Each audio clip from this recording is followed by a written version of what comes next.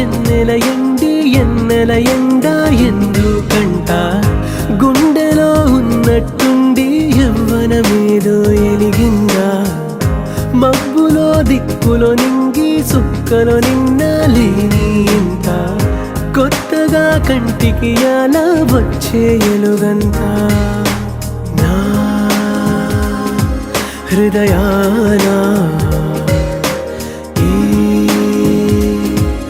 అదురేంటో మురిపెంచేది ఎవరో మరిపెంచేది ఎవరో కదిలిన